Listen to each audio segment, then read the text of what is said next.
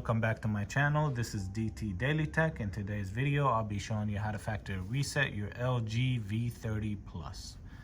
Make sure that the phone is powered off. Locate the power button. Now with this one, the power button is on the back, the volume down.